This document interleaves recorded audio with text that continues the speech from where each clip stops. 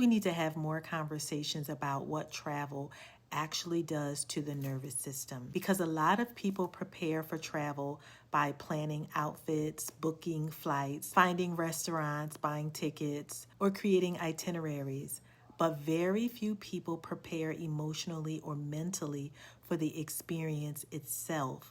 And travel, especially during large-scale events, can be incredibly overstimulating. Even exciting experiences can overwhelm the body. You have crowded airports, disrupted sleep, noise, traffic, long walking days, unfamiliar environments, and pressure to constantly be on. There's large crowds, social expectations, overstimulations from screens and media, and sometimes even emotional loneliness while being surrounded by literally thousands of people. And because events like FIFA are so exciting, people sometimes ignore the signs that their nervous system is struggling. So in this video, I want to talk about a few ways to care for your mental and emotional well-being while traveling, especially if you're coming to Atlanta during FIFA 2026.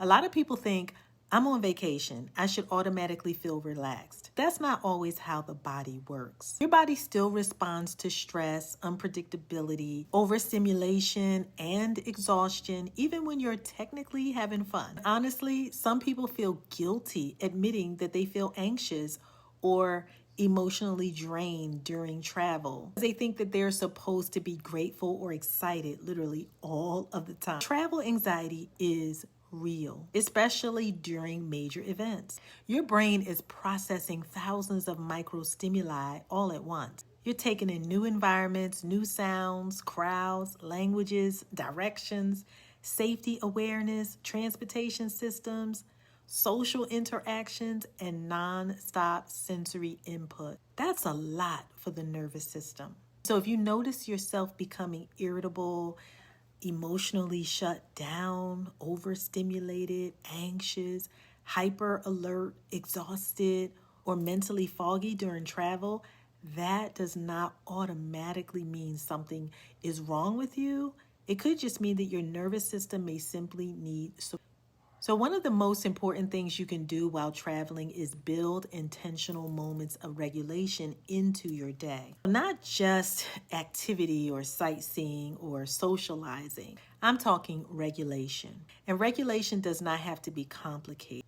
Sometimes it looks like slowing your breathing down or stepping away from noise, drinking water intentionally, stretching, sitting quietly for a few minutes, putting your phone down for Pete's sakes, and listening to calming music. You can even journal, pray, or ground yourself through your five senses, or simply allow yourself to rest without guilt.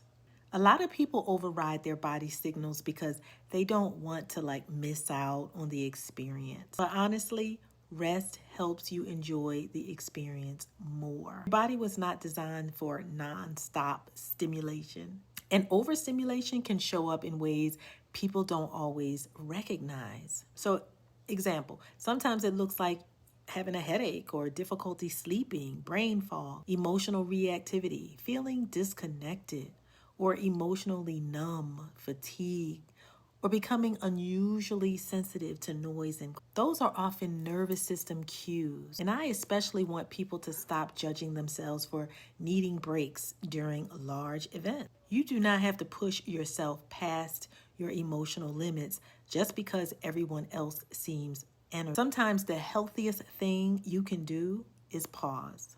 Because people are coming to Atlanta specifically, Atlanta is not just nightlife, traffic, and entertainment. The city carries deep cultural, historical, artistic, political, and spiritual significance, especially within Black history and culture in the United States. There's a lot of soul in this city. There's civil rights history here, Black entrepreneurship, community organizing, creative expression, food traditions and faith traditions, resistance movements, right? There's historically Black colleges and universities. We have local artists, local healers, and local storytellers. So if you're visiting Atlanta for FIFA, I really encourage people to experience more than just the tourist version of the city. You to support local businesses. So go out and visit cultural and historical spaces. Engage respectfully with the culture. Slow down enough to actually experience the city, not just consume it. And honestly, that slowing down matters for your nervous system too. When we rush through experiences, constantly trying to maximize everything, we often disconnect from ourselves in the process.